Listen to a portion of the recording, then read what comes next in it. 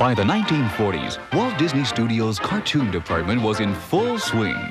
Donald Duck, born in the 30s, remained one of the most popular cartoon stars in Hollywood. However, the next decade brought new rivals from other studios. Cartoons were changing. Movie audiences of the 40s demanded fast-paced situations and rollicking sight gags. Jack Hanna, veteran Disney animator, storyman, and director, remembers the period of transition for Disney. When Warner Brothers and MGM started out with Tom and Jerry and Bugs Bunny and their different characters, they started more on the premise of fast gags and a topper, and then that was it. We were trained more in the storyline to build a stronger story behind it. At Disney, changes were made. The cartoons were assigned to specific directors who then injected a touch of their own particular style into their series. The Donald Duck cartoons also benefited from the talents of a veteran Disney staffer, Clarence "Ducky" Nash. When I was a boy, I had many pets, some of them rather exotic. My first pet was my billy goat, and I'd have to feed him on a bottle. And when I'd leave him, he'd cry, you know, like that, and I started imitating him.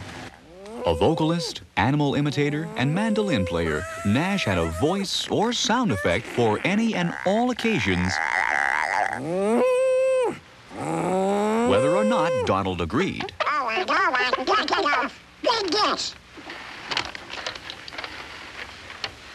Can't understand me? Me, you fathead. Oh, can't understand you. Must be that flat beak of yours. Can't mouth the words right.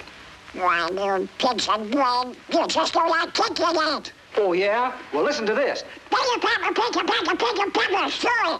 Can't understand it myself. For 5 decades, from Donald's screen debut in 1934 until Nash's death in February of 1985, Ducky Nash was the one and only voice of Donald Duck.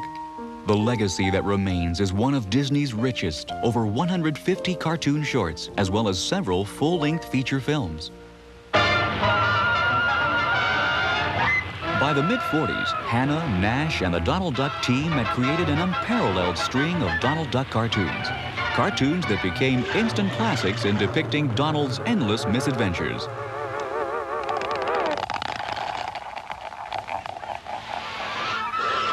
Two series of Disney cartoons remain vivid examples of fast-paced slapstick animation.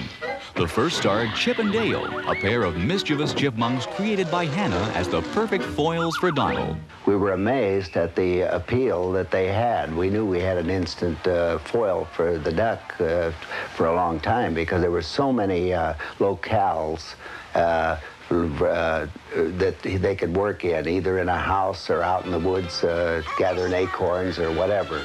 And so they were a real good series, and our story men were especially ignited to be able to have these characters to work with.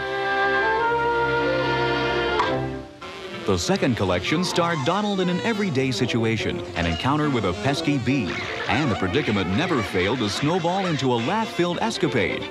By the late 40s, Donald and his nemesis had developed into a popular screen team, with audiences eagerly anticipating the final showdown in each new adventure.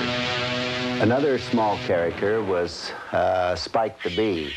And he was especially good because he had a special weapon of his own, which was his stinger. And he very seldom was trying to bother the duck. But the duck always bothered him, but he would come right back at him. He had that stinger and he knew it. And so, anyway, I really enjoyed, I think, making Spike the Bee pictures as well as any of the other foil characters for the duck. And the umpire calls him out at the plate. Donald's bee pictures were immensely popular, and the series even included an elderly duck and bee reminiscing about their past adventures together.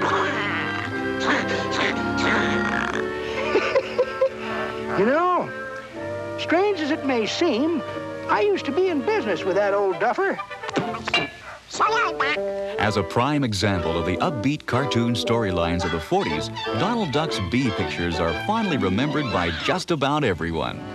Don't read it when you die. That's gratitude for you. Except, perhaps, by Donald himself.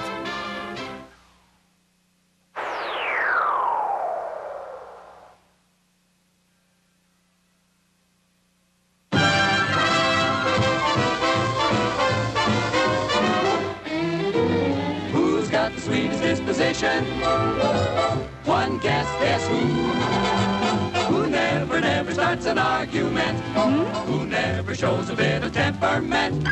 Who's never wrong but always right? Who never dream of starting a fight? Who gets stuck with all the bad luck? No one but Donald Duck.